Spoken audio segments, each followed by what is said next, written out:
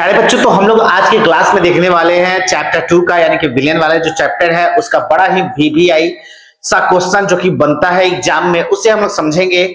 और आपको इस वीडियो में अगर ना समझ में आए तो कमेंट में हमें लिख देना कि सर समझ में नहीं आया, इस वीडियो को डिसलाइक कर देना, ठीक है। तो चलिए, हेनरी का नियम क्या है इस चीज को समझते हैं हम लोग। तो अगर हम लोग कोई पात्र अगर लेते हैं, मान लीजिए कि हेनरी के नियम को समझने के लिए एक फिगर बनाते हैं। ये पात्र हो गया, इस पात्र में अगर मान लो कि द्रव भरा हुआ है, क्या भरा हुआ है? द्रव भरा हुआ है। और अगर हम लोग इस पात्र में, इस द्रव में अगर हम बाहर से कोई गैस मिलाना चाहें, बाहर से अगर कोई गैस मिलाना चाहें, मान लीजिए कि यहां पे गैस के कण है, अगर हम चाहते हैं कि ये प्रेशर डालकर हम इस गैस के कणों को इसमें मिला दें, तो हमें क्या करना पड़ेगा? ऊपर से प्रेशर लगाना पड़ेगा, ऊपर से दम लगाना पड़ेगा, तब जाके ये जो गैस के कण हैं, जो गैस के कण हैं वो इस द्रव में घुलेंगे, अन्यथा नहीं घुलेंगे। तो नियम क्या है कि जितना ज्यादा प्रेशर लगाएंगे, जितना ज्यादा हम प्रेशर लगाएंगे, उतना ही ज्यादा ये गैस की मात्रा इस द्रव में घुलेगी। तो मान लीजिए कि प्रेशर क्या हुआ? P। प्रेशर क्या हुआ? P।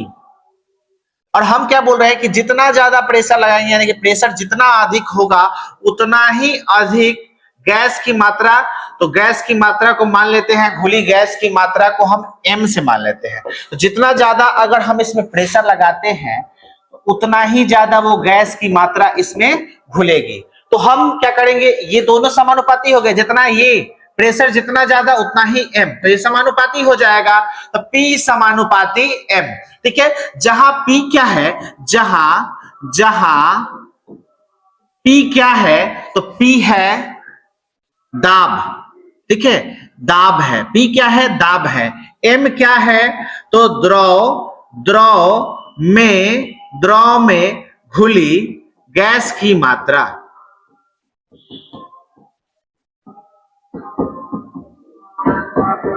M क्या है? द्रव में घुली गैस की मात्रा, ठीक है। तो यहां पे हम लोग क्या लिख सकते हैं? P, समानुपाती का चिन्ह हटाएंगे तो K आ जाएगा, और यहाँ पे M तो है ही, तो ये हमारा क्या हो गया?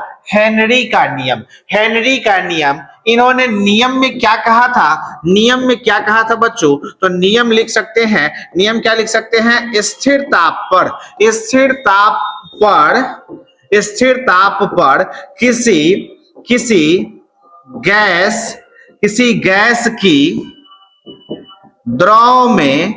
गैस की द्रव में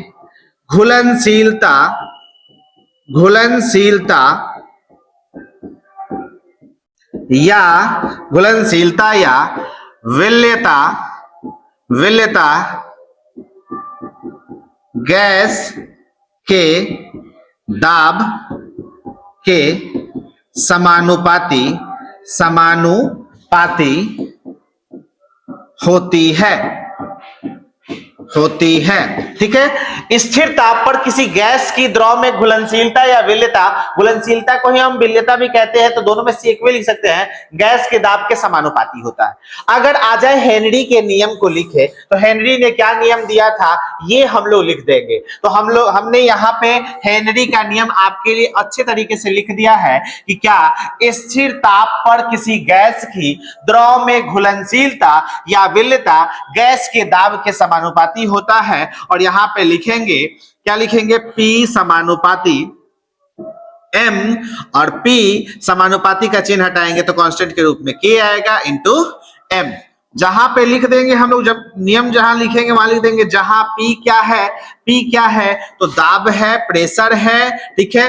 M क्या है? तो द्रव में घुली गैस की मात्रा, गैस की मात्रा, ठीक है, हो गया। और K क्या है? तो K क्या है जी? स्थिरांक है। ये हो गया हमारा तो हेनरी का नियम। ये क्या हो गया? हेनरी का नियम, ठीक है। अब आ जाए कि डाल्टन के अनुसार हेनरी के नियम को लिखे, तो डाल्टन ने जो घुली गैस की मात्रा है इसी को मोल प्रभाज या मोल अंश के रूप में व्यक्त कर दिया था। और उन्होंने क्या बोला कि किसी विलियन में गैस का मोल अंश यानी कि एक्स गैस चाय से सूचित करते हैं और गैस का है इसलिए हम लोग गैस लिख देते हैं, उसके आंशिक दाब के समानुपाती होता है। और यहाँ पे तो हम लिखेंगे P समानुपाती, और मोल अंश के लिए चाय जिसको एक्स से प्रदर्शित किया जाता है और गैस का है तो यहाँ लिख देंगे गैस। ठीक है, समानुपाती का चिन्ह हटाएंगे तो यह कांस्टेंट के रूप में KH आएगा। अब KH क्या है हम आपको बताएंगे। यहाँ पे क्या हो गया, X गैस। अब यहाँ पे लिखेंगे जहां P बराबर क्या है तो आरोपित दाब है। ठीक है, P बराबर, अब X गैस क्या है, तो आपको मालूम है गैस का मोल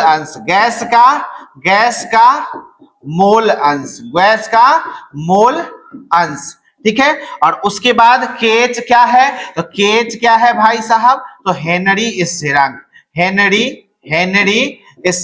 क्या है, हेनरी स्थिरांक। ठीक है, तो इस तरीके से हम लोग हेनरी के नियम को लिख सकते हैं। या तो आ जाए कि डाल्टन के अनुसार हेनरी के नियम को लिखे तो हम लोग उसे लिख सकते हैं। अब हम लोग देखेंगे हेनरी के नियम की सीमाएं भी आ जाता है। तो पहले हम लोग सीमाएं देख लेते हैं। हेनरी के नियम की सीमाएं क्या लिखेंगे कि यह तनु विलयन पर लागू होता है। ये किस विलयन पे लागू होता है, तनु विलयन पे। तनु विलयन किसे कहते हैं, हमने आपको बताया है कि ऐसा विलयन जिसमें विलय की मात्रा अपेक्षाकृत क्या हो तो कम हो उसे तनु विलयन कहते हैं। तो यह नियम तनु विलयन पर लागू होता है। दूसरा नंबर इसका सीमा क्या है, यह उच्च ताप तथा निम्न दाब पर कार्य करता है। यह उच्च ताप तथा निम्न दाब पर कार्य करता है, ये जो हेनरी का नियम है। और यह उन गैसों पर लागू होता है जो विलायक से क्रिया नहीं करते हैं। मान लीजिए कि यहाँ पे अगर विलायक जल है, विलायक क्या है, जल है, और अगर इस जल में अगर हमें किसी गैस को घोलना है और हम कह रहे हैं कि हम अगर प्रेशर लगाएंगे तो ये घुलेगा, अन्यथा नहीं घुलेगा, और मालूम चला कि इस जल से रिएक्शन करके अपने आप घुलने लगे, तो हमारा कथन गलत हो जाएगा कि हम अगर प्रेशर लगाएंगे तभी घुलेगा। बिना प्रेशर लगाए ही ये जल के अंदर गैस घुलने लगा। तो ऐसा गैस नहीं होना चाहिए जो कि विलायक से क्रिया करता हो, ऐसा गैस नहीं होना चाहिए। तो वही लिखा हुआ यहाँ पे कि यह उन गैसों पर लागू होता है जो विलायक से क्रिया नहीं करते हैं। ठीक है, तो ये रहा हमारा हेनरी के नियम की सीमाएं। और अब आ जाएगा हेनरी के नियम का अनुप्रयोग। ठीक है, तो हेनरी के नियम के साथ साथ सीमाएं भी आ सकता है, चाहे अनुप्रयोग भी आ सकता है। कहां इसका यूज है, तो पहला नंबर यूज लिखेंगे शीतल पेय यानी कि सोडा वाटर। ठीक है, पदार्थों में हम लोग इसका उपयोग करते हैं। आप लोग देखते होंगे अगर कोको कोला, स्प्राइट ये सब पीते होंगे तो उसका ढक्कन खोलते ही गैस निकलता है, उसे उच्च दाब पे उस गैस को उसके अंदर घोला गया रहता है। ठीक है, तो शीतल पेय यानी कि सोडा वाटर पदार्थों में इसका यूज किया जाता है। गोताखोर द्वारा यानी कि जो गहरे समुद्र में जो जाता है गोताखोर, उसके द्वारा इसका उपयोग किया जाता है। पीठ के पीछे सिलेंडर रखा होता है और उसमें दाब फिक्स किया रहता है, उसके अनुसार से ऑक्सीजन हमारे शरीर के अंदर जाता है, वहां इसका यूज किया जाता है। और अधिक ऊंचाई पर श्वास लेने में कठिनाई हो जाती है और उस कंडीशन में हम लोग इनके नियम का उपयोग यूज करते हैं। तो ये रहा हमारा हेनरी का नियम और उसके अनुप्रयोग। और उम्मीद करेंगे कि आपको ये वीडियो पसंद आ रहा होगा, और अगर पसंद आ रहा है तो अपने दोस्तों तक जरूर शेयर करो बच्चों। धन्यवाद।